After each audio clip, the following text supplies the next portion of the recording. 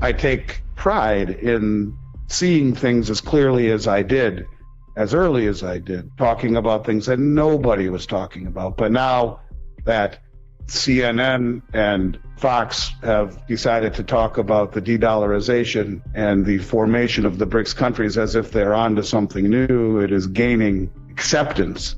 It's bad enough to talk about what is happening within our borders.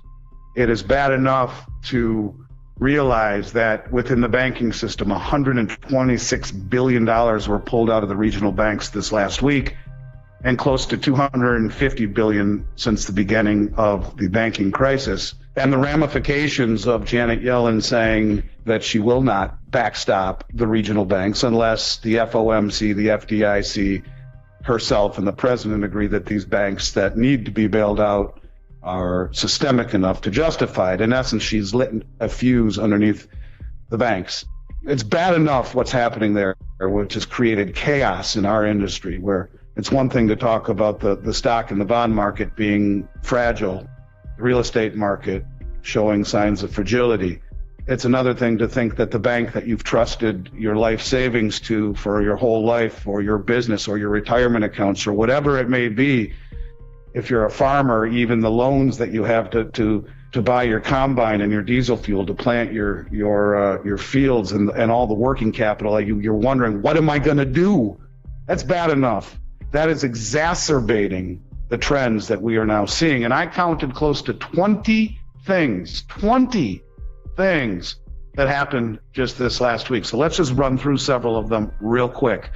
One, you have Saudi Arabia entered a trade alliance with China, Russia, India, and Pakistan in an attempt to step further away from the reliance on the dollar. This is all in the last week, okay? This is since we've last talked. You have China and France completing the first liquid natural gas trade using Chinese yuan, ending the reliance on the US dollar for energy trades. You have China and Brazil, who is the second largest exporter of corn in the world, is now settling trades in their own currencies, ditching the dollar. You have a representative of the Russian State Duma. He's the State Duma deputy, and that's kind of like a branch of the government, that says what we already knew, that Brazil, Russia, India, China, and South Africa are developing a new currency, and that these currencies will have these new reserve currency pegged to commodities.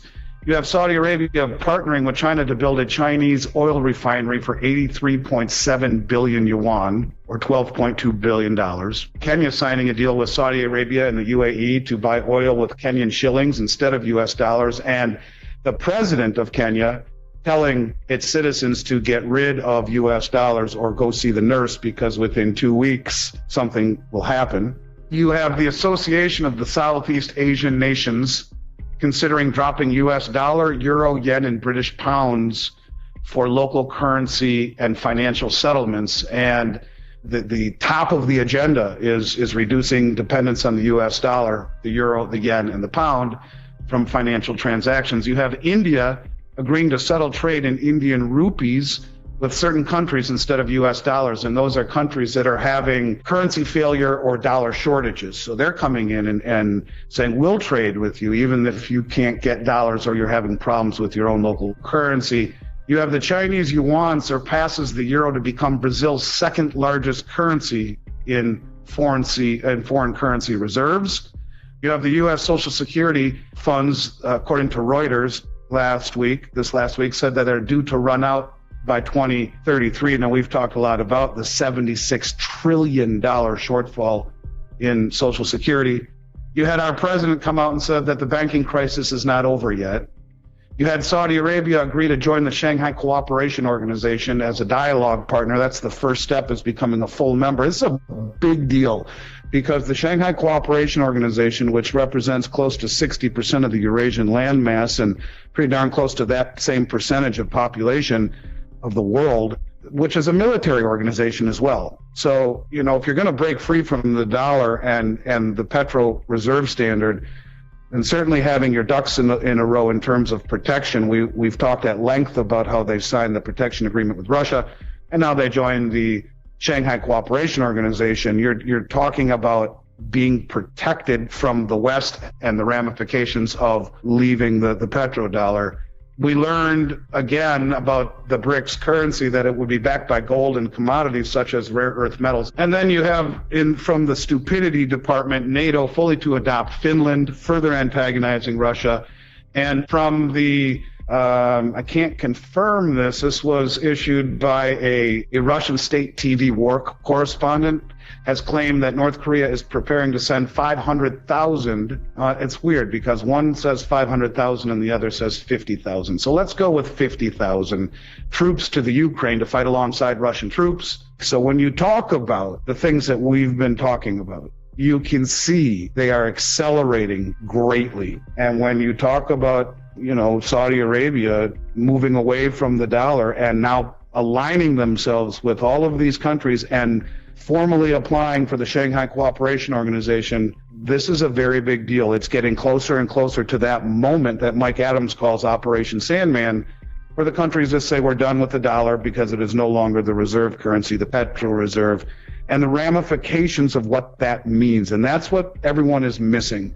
And that's the one thing that I keep harping on. When this happens, you better have your ducks in a row. You better have your house in order, because it's too late if you don't. Because when this happens, you will see a flood, a tsunami of inflation hitting our shores, where there's 2 or 3 or 4 times the amount of dollars outside the country than there is here inside it.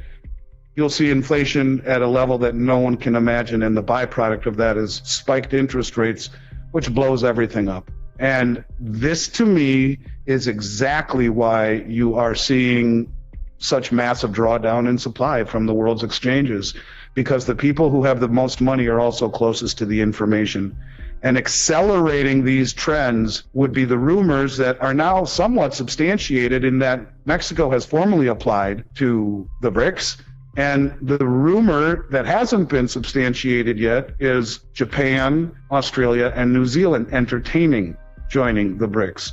The walls are closing in around us, but this is in 1 week what has happened. And when you talk about an acceleration of events, this is exactly what this is. And to me, it only is exacerbated by the idiocy and the stupidity of our monetary and fiscal policy here at home, and doing things that make us the laughing stock of the world, like meddling with the election and arresting former President Trump on things that are 1,000 times less meaningful than what the own administration's family has been involved in. And I think the world sees this, that we are becoming a country that certainly is not what we once were or what we stood for. And I think it's time for people to wake the heck up and stop looking at gold and silver to make money and look at it for what it is. It is a life raft in a boat that's about ready to go over the falls. And I think it's time for people to understand that.